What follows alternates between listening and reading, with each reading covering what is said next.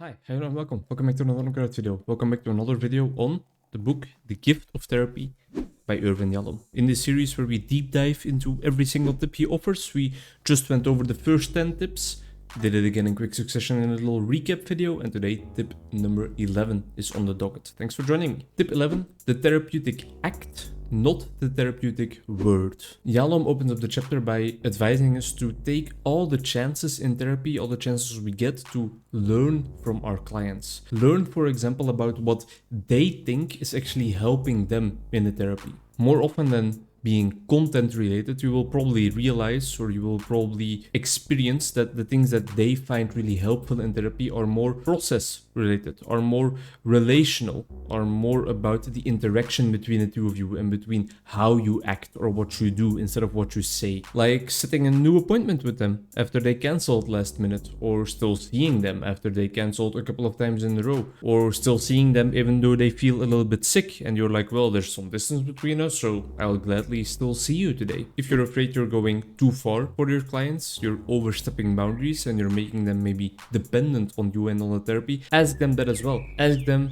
where their boundaries lie. Is it okay for you to ring them up sometimes to ask them how they're doing? Is it okay for you to send a message to wish them good luck with their exams that you know are coming up? Is it okay with you to check how the funeral went that they mentioned they were going to? Yalom is all about creativity in your therapeutic acts, so some clients might benefit greatly from those phone calls. He also mentions the story about how he was seeing a kleptomaniac, a person kind of addicted to stealing, and how that person often stole from stores, and she did feel a little bit of guilt for taking away all that money. What Yalom did was, here is an envelope containing 50 of my dollars. Anytime you now take something out of the store, you take something out of the envelope. It feels like you're stealing from me. You take the money that the item that you stole cost out of the envelope. You're stealing my money. The client gave back the envelope after a couple of months with the entire $50 still in it. She couldn't bring herself to steal anymore because she didn't want to steal from Yalom, and she told him, like, this really helped me stop my stealing habits. Not just words can be therapeutic, deeds, acts, behaviors. Going to your client's art exhibit, going to his dance performance, really listening to the music he suggested.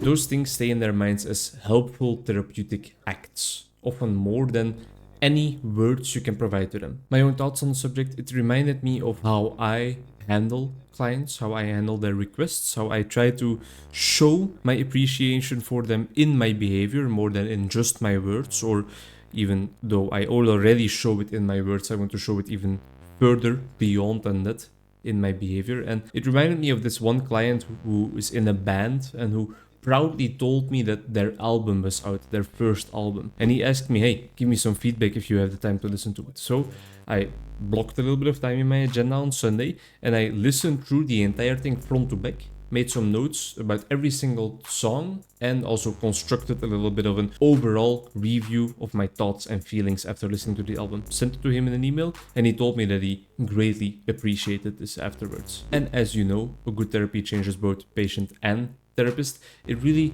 was a beautiful experience for me. It was a beautiful example of how therapy is all about the human interaction between two or more, but in this case, two individuals. And this was such a beautiful example of that, in a sense of it was way more than just us talking for 50 minutes. No, our lives are getting intertwined, and it goes further than just the little time slot they get in my agenda. Often when clients tell me they are stressed for upcoming exams, I have a lot of students as clients because I work in a student city, in a city filled with students because our university is so large. I often ask them, hey, when's your first exam? And I write a little note in my agenda, mail this client to wish them good luck. I hope that with these little things, I can make big changes for them. Show them that someone really cares, someone that knows positive sides of them, but also knows a little bit more of the shadow sides of them. And even though I know some of the shadow sides of them, I can still authentically appreciate them as human beings in their entirety. Sick clients should stay home though.